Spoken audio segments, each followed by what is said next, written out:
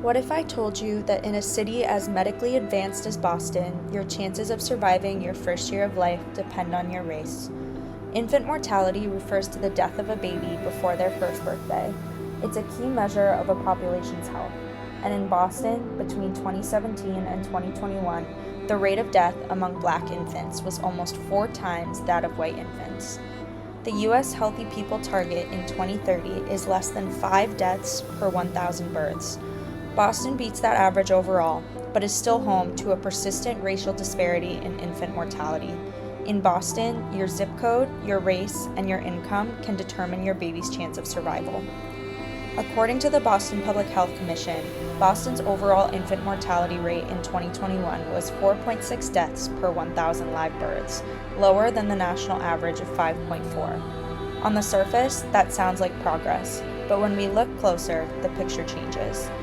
In that same year, Black infants in Boston died at a rate of 9.7 per 1,000 live births, more than 3 times the rate for white infants, which was just 3.2. One major contributor to infant mortality is preterm birth, and that too is higher among Black infants, 14.4% compared to the national average of 10.2%. And these disparities aren't just numbers on a page, they're tied to geography, opportunity, and race.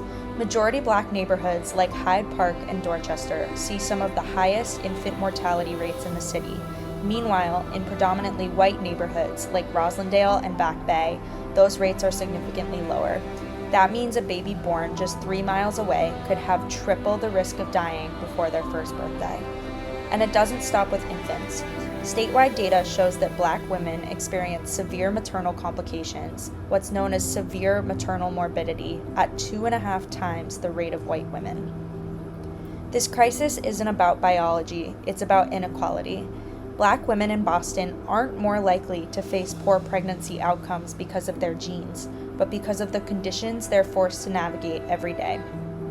Structural racism, unequal access to quality health care, and the chronic stress of living in a system stacked against them all contribute to what researchers call weathering. Weathering is the slow, harmful wear and tear on the body caused by enduring racism over time. It ages the body faster, making pregnancy more dangerous and birth outcomes worse. Black women in Boston are more likely to experience housing insecurity, live in neighborhoods with limited access to healthy food, and receive inadequate prenatal care. They're also more likely to be exposed to toxic environments like air pollution, which has been linked to preterm birth and low birth weight. These risks don't go away with education or income. A Black woman in Boston with a college degree is still more likely to face pregnancy complications than a white woman who didn't finish high school. And when Black women seek help, they're too often dismissed by providers, ignored, or even given substandard care. The truth is, the system isn't broken, it's working exactly as it was designed, and unless we confront that design, these outcomes won't change. Thankfully, there have been some promising changes in recent years to improve these rates and conditions.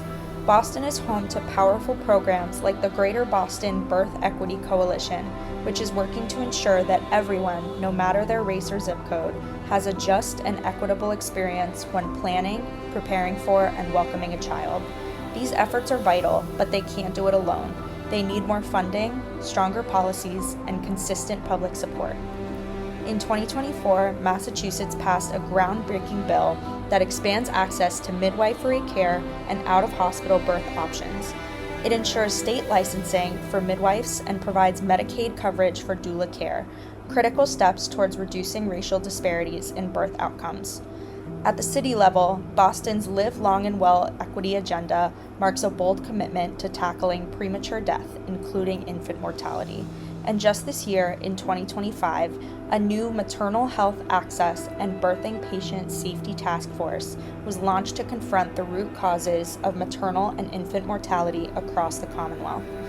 These initiatives are already making a difference. The Boston Healthy Start initiative, for example, uses a family partner model to support Black mothers from pregnancy through the first 18 months of their child's life. The results speak for themselves. More completed prenatal visits and fewer preterm births thanks to the program. And this movement isn't just local. Nationally, the Healthy Start Initiative is also helping communities like Boston tackle the social drivers of poor outcomes with birth. To reduce infant mortality, we must confront racism in healthcare, invest in maternal health, and protect the well-being of Black families.